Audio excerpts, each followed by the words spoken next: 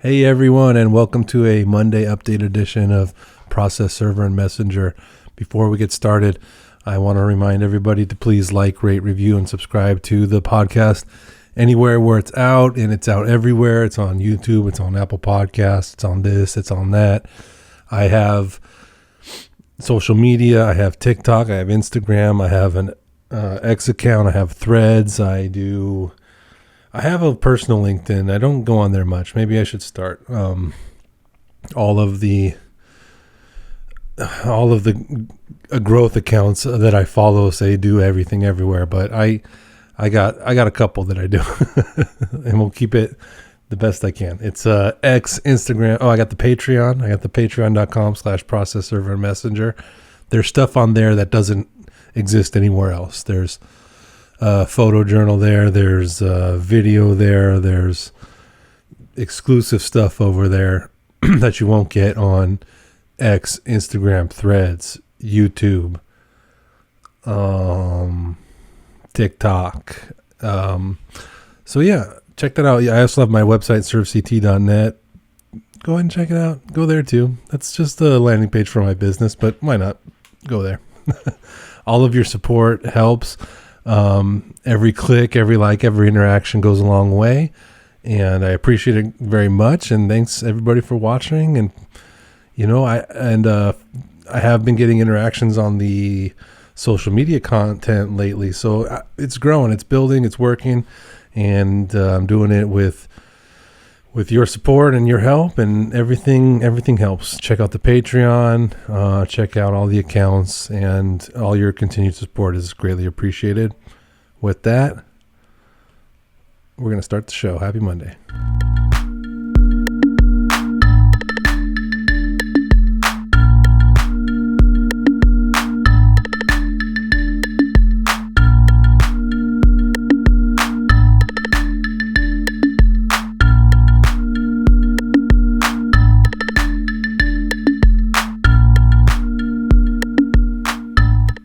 And we're back. Happy Monday.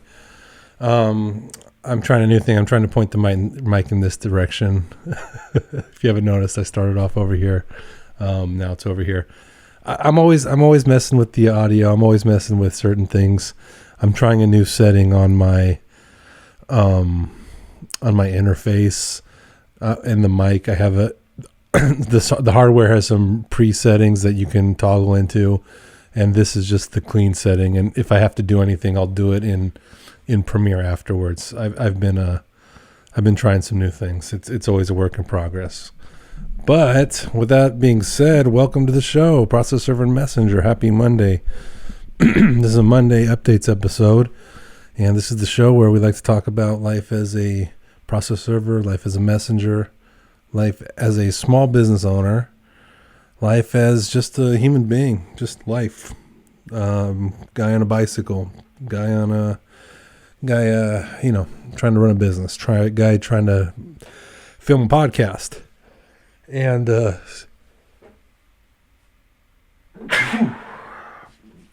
excuse me.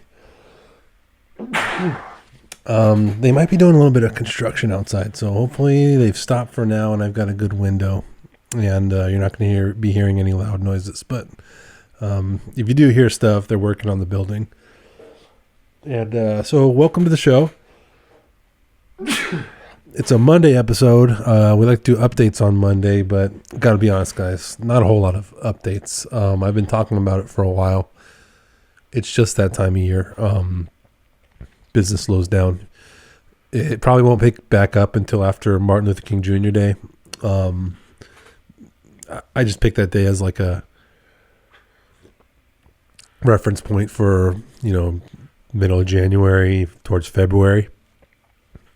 And yeah, usually they're out right now. I don't think I've gotten an email all morning, which is rare. I mean, not for this time of year, but I'm usually pretty slammed with work. I've usually got too many emails. It's usually too many emails, but attorney services, if you're a messenger, if you're a process server and you're working with law firms, your clients are going to be on vacation. They're going to be out of town. And I've been mentioning it almost every podcast for the last couple of weeks. It's just that time of year. Every year is like this. So that's been good and bad. It's been bad because business has been slow, but it's been good because I've had a lot of opportunities to do other stuff, content creation, marketing, build out my brand and in my business. The backbone of it and the marketing of it and the content. And so I've been hitting a lot of goals in that regard, but so it's bittersweet. It's good and bad. It's bad because you just want the work to keep flowing, but it's good because you can kind of catch your breath and get caught up. But doesn't make for a whole lot of updates. I was on the California Superior Court Newsroom website, and they got basically the same stuff up as they've had forever. Not much has changed there. There's a couple new stories, but it's just not even worth going into. It's almost all of the same stories from the last month. So everybody's on vacation. Everybody had a nice holiday Thanksgiving last week, and we're all getting ready for college football playoffs. I watched UCLA play USC this weekend. They got their butts kicked. They played about 2 good quarters. And for the players, you guys did a good job. You did your best. I'm not putting you down. I don't know anything about football. You guys are great. The team's great. Good for you. But, you got your butt kicked by USC and played about 2 competitive quarters. And then it just didn't go well. No, it did not go well. And the UCLA football team, it's been a year. It's been quite a year. I think they're 3-9 now. They had 3 wins, and I thought they were going to go undefeated. And I don't think they've won a game since. Don't look competitive, don't look very good, and I'm sure they'll figure it out. They got this whole situation with the Rose Bowl and the SoFi Stadium. That story's bigger than the football team, and it's just, the football team's not winning, so they haven't been good they've been okay for a couple of years here and there, but maybe they'll turn it around one day. Maybe UCLA just doesn't want to be a good football school. I don't know. Maybe they got other stuff to worry about. I doubt that, though. That can't be the case. It's just hard. Maybe just winning is hard, Maybe you try forever and it still is hard. But they're trying hard. This is no knock on the players or the coaches. They all seem like good people and they're trying their best. But yeah, just not a good football season for UCLA. I'll still wear the gear. That's still my team, obviously. That doesn't change. But I would like for them to be good at football one year. Here and there they are, Here and there they are, but like a good run of years. Who doesn't want to see UCLA in the in a playoff or in a contention? You know what I mean? Who doesn't want to see that? It's a good school. They deserve a good football team. Maybe they'll move to SoFi and get their stuff together, and they'll be good one day.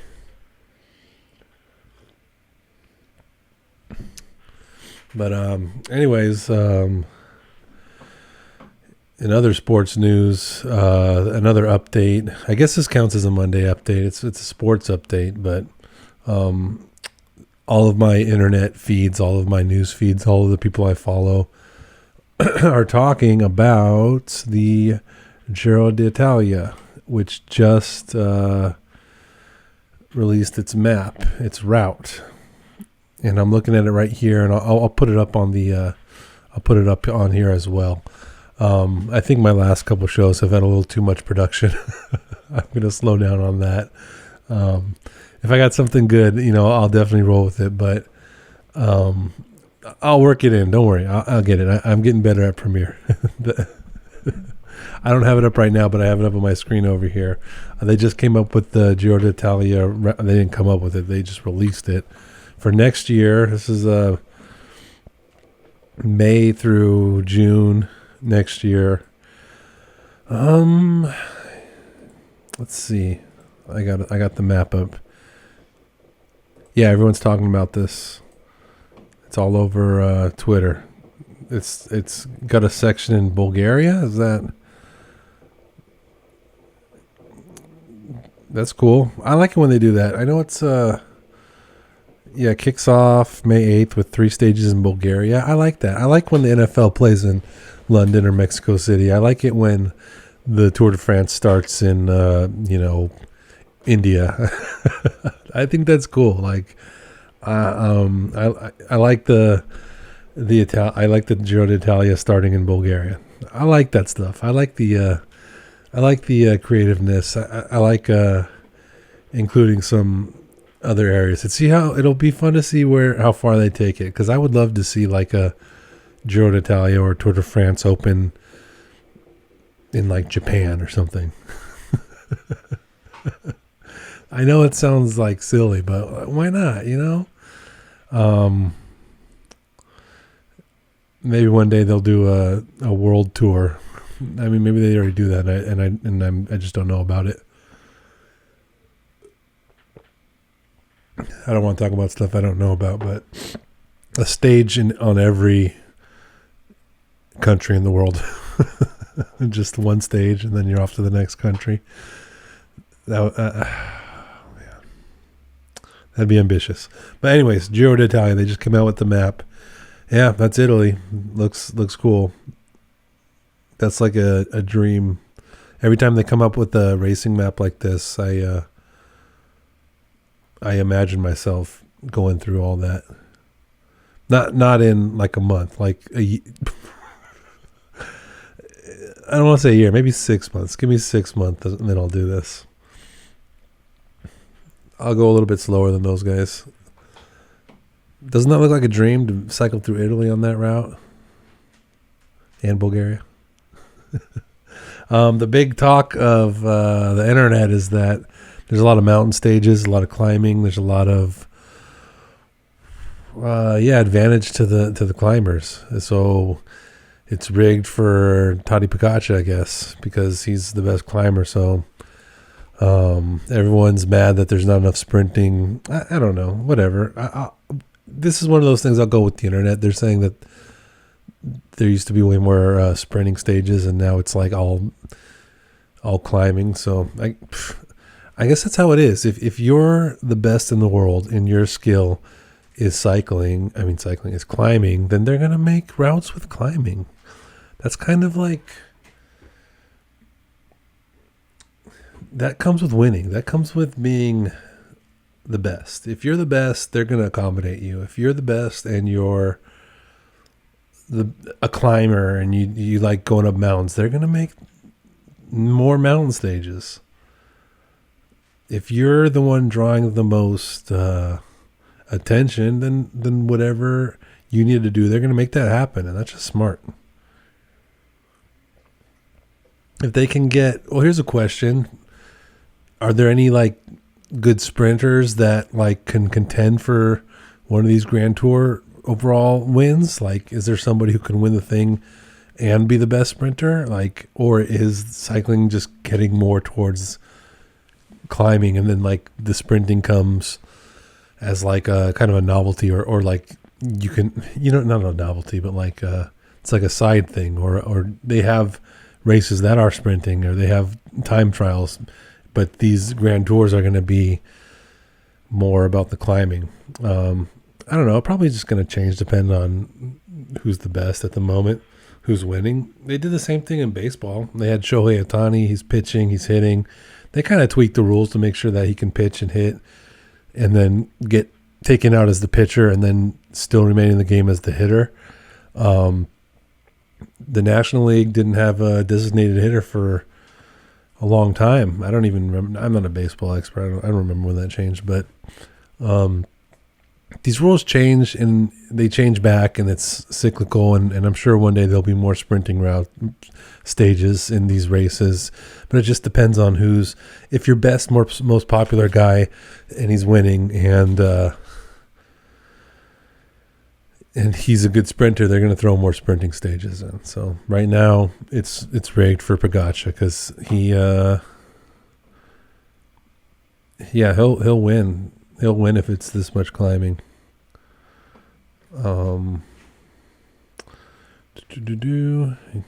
Yeah, well, that'll be good. I'll watch that next year. Looking forward to it. It's all everything everyone's talking about on cycling Twitter. Yeah, what's everyone saying? Perfect for high mountains. Blah blah blah. Yeah.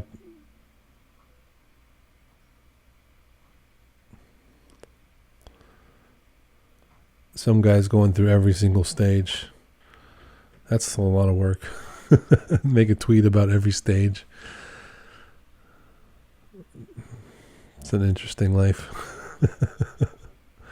Yeah, everyone's just saying that it's a great route for people who can climb. So Pogačar is basically going to win. It's basically rigged for Pogačar. Everyone, I see some tweets about Evenepoel every once in a while. His name's coming up, so everyone's excited about that. Visma Lisa Bike tweaked their name and kind of tweaked their jersey, so it looks better. Yeah, some Giro d'Italia talk going on all over X today. So, all right, a little bit of Hollywood magic in production here. Through the magic of editing and post-production, I'm coming to you in the middle of my own podcast with a commercial for my own small business. I operate as a small business and Caceres Group, and the product that I offer is Serve CT Corp. My website, www.servect.net. I am the number one process server for serving CT Corp and serving registered agents in Glendale, California. I'm just going to go ahead and claim that. I don't think there's a way to measure it, so I'm claiming the title. And if you need a registered agent in Glendale served, like Uber, Lyft, I think PayPal's one, Experian, Target, I think is one. I think they got a couple banks there. Some you've probably heard of, some of them that you probably use. I'm basically the greatest process server of all time when it comes to serving CT Corp. I get my work done almost on a same-day basis. If you need it done same day, we can accommodate that, but by the latest, I'm doing it the next day. You're getting your proof of service back immediately.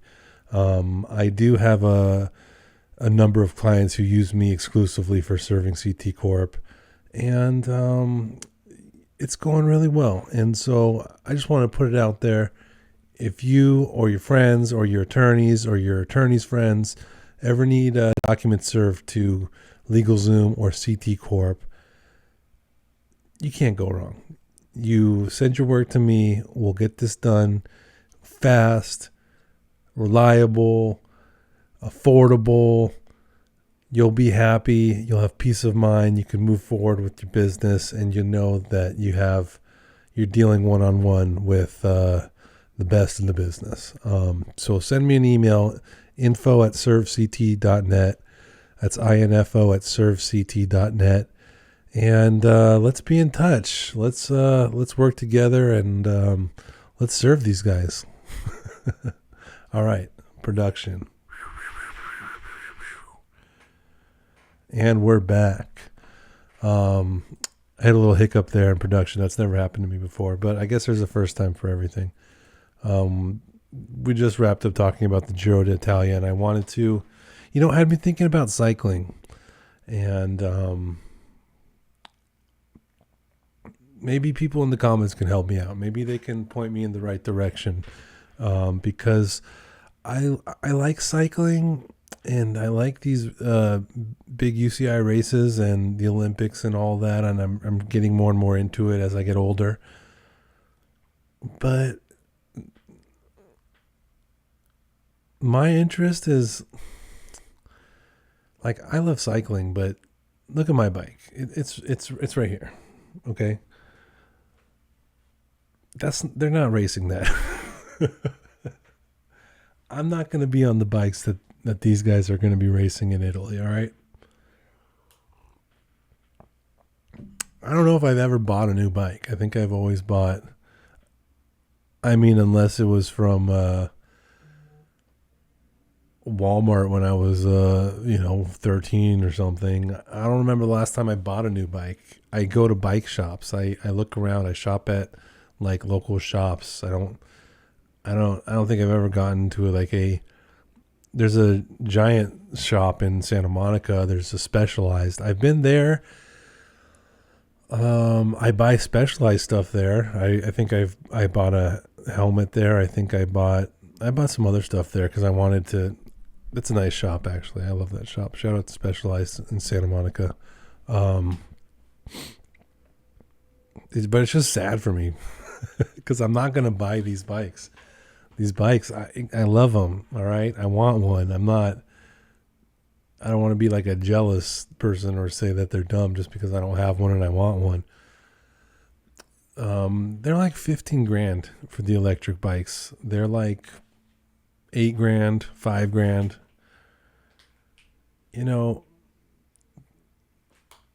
This bike is less than $1,000, less than $1,000. And that is that's like the most I spent on a bike.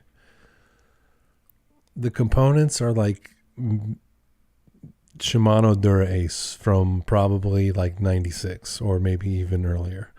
I don't know. I kind of just gave it a quick Google search. It works great. It's old, okay?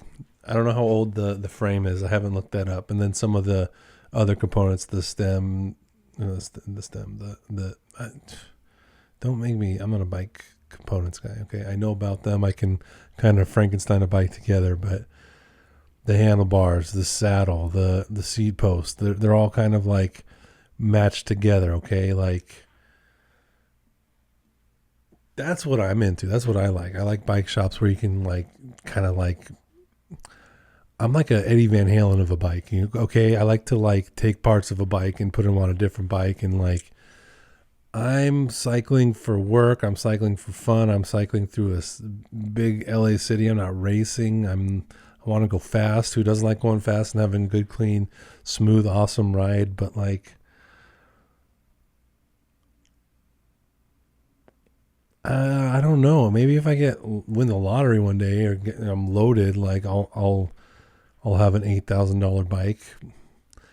But even then, like I'm prone to break stuff. I'm prone to have like a couple $100 bikes, and then like if I break one or crack the frame or something, then that's like more up my alley.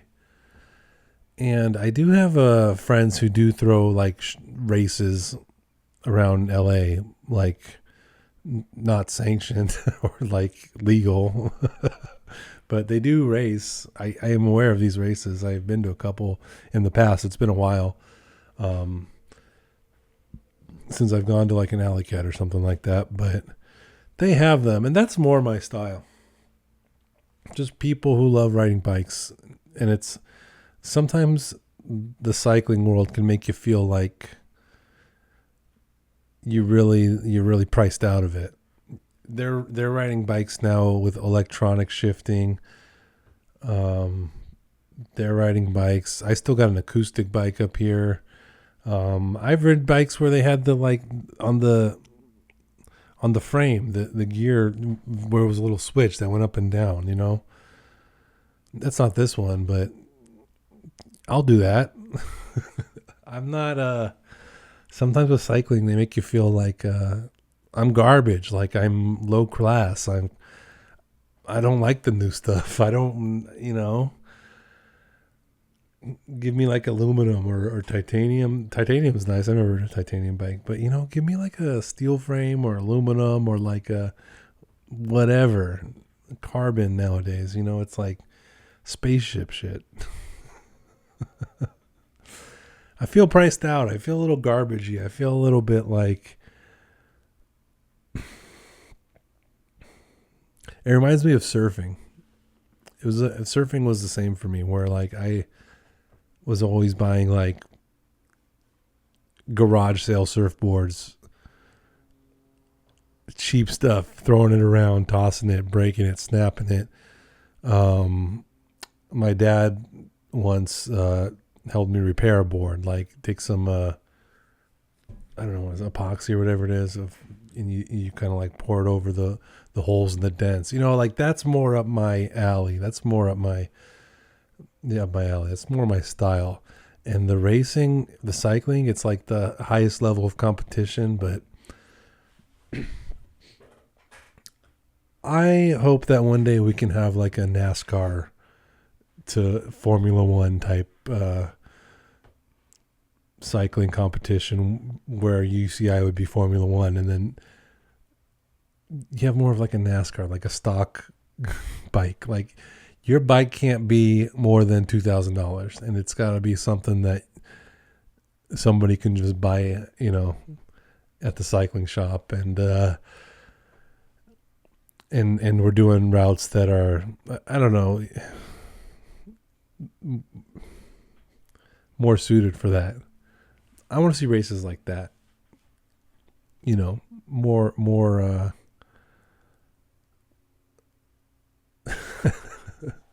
more grittier. Grittier, I don't know. Just something that doesn't make me feel like a complete piece of garbage because I'm like looking at these guys ride bikes that I'll be riding those bikes in probably 30 years. It'll be like hand-me-down garage sale type stuff. 30 years from now, I'll be riding what Toddy Pagacha is riding today. And, it's not a great feeling. But I don't know if I want that bike. I'm going to break that bike. I'm going to snap that bike like a twig, okay? I don't know if that's the bike for me, but sometimes cycling, the high end, high class, high level, it makes you really kind of feel like garbage if you're a guy like me. I have bike components from the 90s, okay? I'm in it for the love of the game. I like going for a bike ride. I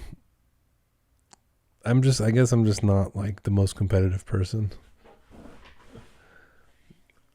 I mean, even if I had lottery money, I don't know if I would be getting like I'd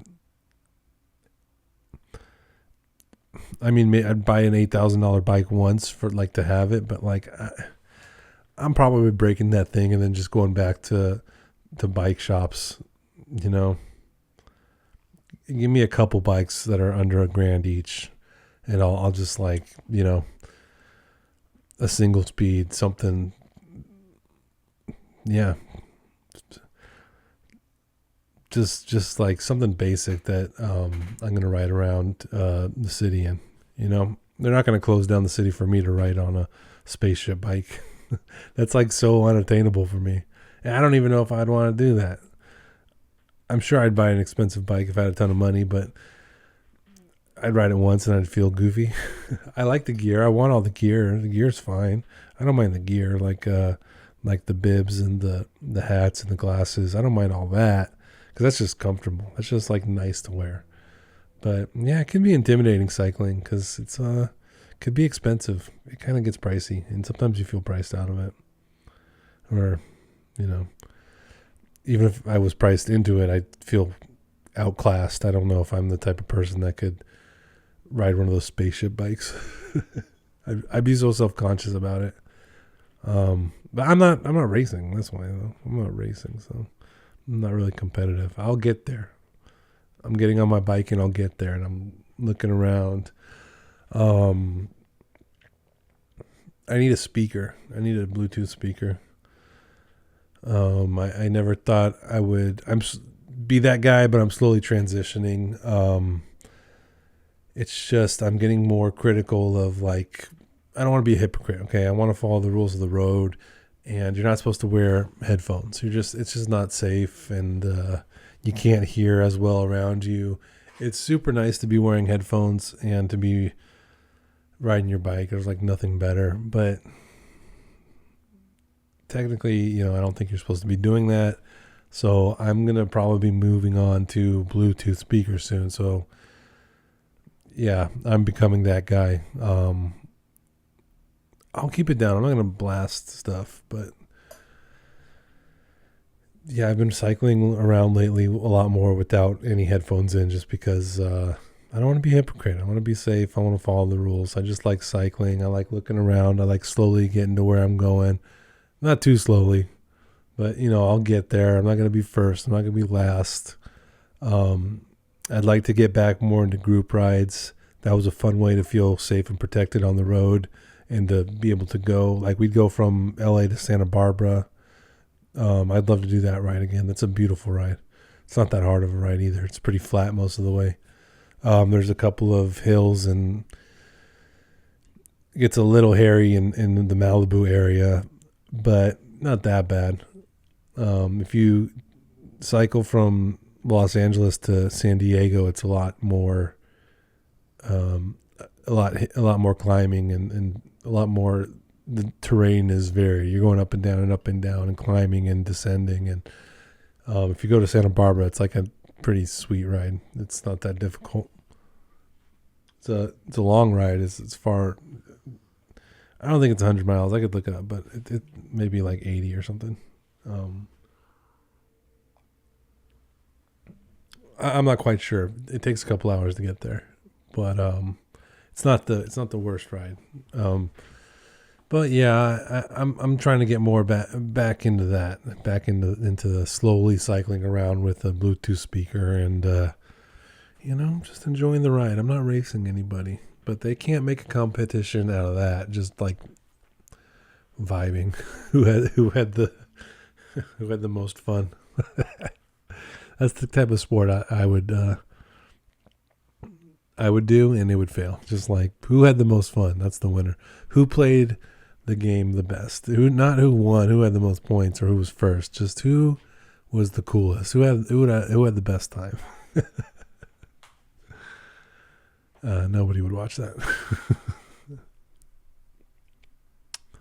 But yeah, I put a little bit of thought into that the last couple of days. A NASCAR style, like a stock car cycling event. Yeah, these components I got on this bike are old, man. I'm not competing. I'm going to be riding what they're riding on right now in the Giro d'Italia and the Tour de France, the Vuelta a España. That's what I'm going to be riding in 30 years from now. I'm going to go to a bike shop, and they're going to be selling that on sale. That's going to be a classic bike, and then I'll have it. And who knows what kind of bikes they're going to be having in the future. Doesn't it seem like bikes are like improving like rapidly? Like, there's, at the highest end, there's like a huge improvement and development of it just so quickly in the last 10 years, 20 years. It just seems like electronic shifting. Like, I haven't even looked into that. I just ignore that. My brain just goes, I'll worry about that in 30 years when I have a bike that can do that.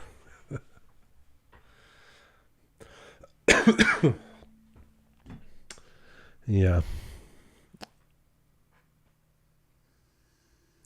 Yeah, we'll look into that in 30 years. I'll figure out how electronic shifting works. Yeah. How's it going on the process server messenger business end? Yeah, it's slow. I made some attempts to serve someone this morning. I was on my bike. I was able to be on my bike, serving locally. I have a couple of jobs on me that I have to wrap up the diligence on, but one of them I think is a empty business location. I don't see the individual there, and the other one is a individual at an apartment. So yeah, I attempted those earlier. I got a couple more to do. I got a couple doors to knock on later. But that reminds me. Oh yeah, I wanted to start. I started a Substack. I have a Patreon. I have a Substack now, and I think I want to do a Substack where I talk about the different types of documents that you can serve. Because I was serving somebody with the subpoena earlier today, and that's one that has a lot of rules to it. That's one that has a lot of. I want to make on my Substack kind of like a guide to your process server not only like what are these rules and what do they mean and like what you're supposed to do, but also like what actually goes down, like what it actually means. Because I had a subpoena for an individual for appearance that I was serving today. Excuse me. And it was an interesting one because the hearing date had passed. And like, I don't understand the point of doing this, but I have had multiple clients do this all the time where the date passes and they still want it served. And so that's the type of thing I want to address. That's like not, what do you do as a business person, as a process server? What do you do when you have a date that's passed, but they still want it served? Like, well, you just do what the client says. They're going to deal with it because they're probably going to ask the guy to like do a Zoom deposition at some point when he's most available. And they're probably just trying to serve it even with the date that's passed, hoping that you guys can negotiate a future date. That's just like based on my experience. Now, I want to include on the Substack like the stuff that has the state code and the different, like the actual laws and rules, the actual stuff you're supposed to do. I want to reference all that and to let you know what's actually code of procedure, so you're doing it right. But like in a case where an appearance has already the date has already passed, like as a business person, how do you handle that? Well, a lot of times you point it out to the person who hired you and you say you still want to proceed even though the date has passed, and a lot of times they're going to likely say yes because I don't think they want to issue a new subpoena with a new date. I do have clients that do that, but I have plenty of clients who I think they just try to see if we can serve them and see if the person will do a deposition on a Zoom call or something at whatever date. I think it's kind of like it's a choice, right? You just hope that you serve the person and they don't contest it. I don't know why people do that, but I guess it's just because they don't want to issue a new subpoena. They're just hoping to kind of serve them and then kind of say, hey, we can't enforce it because you got served after the date passed, but you want to work with us and do a Zoom call real quick. I think that's kind of like what they're going for. Because I had one of those today, and it just reminded me of what I wanted to do on the Substack, kind of make a guide for service of process, not only referencing the state codes, but like how do you serve your clients and also serve the documents? How do you don't want to like break the rules. You don't want to do something you're not supposed to. You don't want to do something that's outside of the code and that requires you to redo it and then your client's upset. But there's just some realities of serving people where sometimes it's not going to be compliant with state code of civil procedure, and from a professional standpoint, you kind of have questions on how to proceed. So I've been putting that together in the last couple of days. That'll be like an ongoing project because there's so many different types of documents that you can serve, and they all have a way that you can look up what the code is and what the rules are, and it depends on not only where you're serving them, but where the paperwork's coming from, what county or what state, what type of document it is. There's just a whole variety of different documents from different jurisdictions that you can serve. And they all have similar but different rules. So I'm putting that together on a Substack. And I was just reminded this morning of doing that because I was serving it's a California subpoena for appearance. I can't remember what kind of subpoena it was, but the date had passed and they still wanted me to move forward. And I had asked the client, they said, yes, still make the attempts. So it just reminded me of kind of all the projects I have going on and all the content that I want to make moving forward. That's going to be a ongoing one because there's 50 states and each state has there's federal court, there's your state court. Each state has different counties that handle different rules and different types of documents. So it's like it's not just one size fits all. You kind of have to learn how to learn. You have to learn how to look at these documents and determine where can I find the rules for it. And then on top of that, what does your client want? How do they want to proceed? Because ultimately it's their case. and they're going to ask you to do stuff that's in the best interest of their case and in the best way for them to move forward. And you don't want to be someone who's like, you're providing them a service, so it's how they want to proceed. As long as it's not breaking any rules for you. If they want to serve a subpoena that's old, hey, you tell them that it's old and it's out, it's past. And if they want to move forward, then you move forward. And there's nothing wrong with that. It's just kind of not enforceable, but that becomes kind of your client's problem.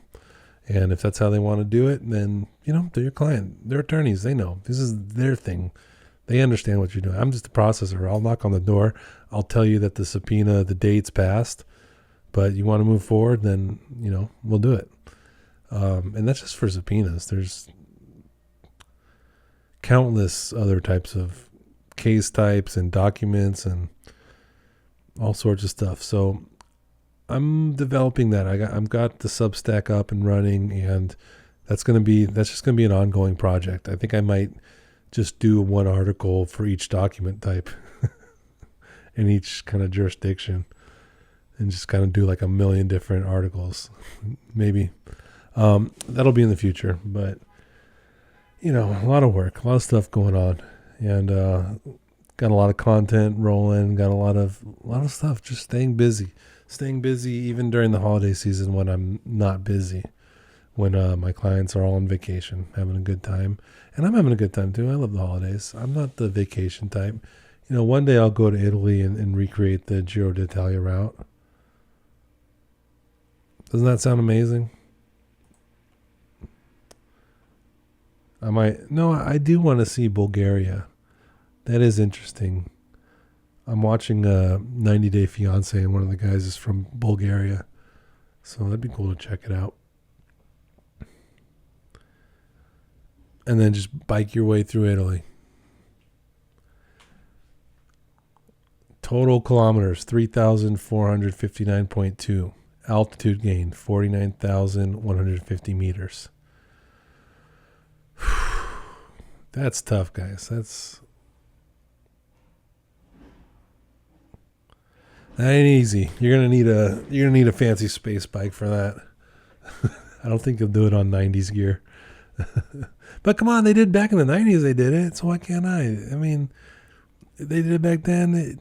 I'm telling you, this stock car idea is a good one. I have the Ring doorbell cam idea, and I have the NASCAR for cycling idea. So anybody hears these podcasts, and if you're a VC guy or girl or person, and you have the vision like I do for this thing, right now the pitch is NASCAR for cycling. If you like that, send me the email. Hit me up in the comments. Let's go. Let's do this. All right, everybody. Happy Monday. That's the updates episode. The update is it's the holidays, so business is slow. We'll be back on a Friday. And until then, have a good week. Happy Monday. And we got Monday Night Football on tonight, maybe. And hope your team wins. Hope your team's won on Thanksgiving. And I hope everybody's team wins the Super Bowl. All right, everybody. Happy Monday. We'll talk to you later. Bye.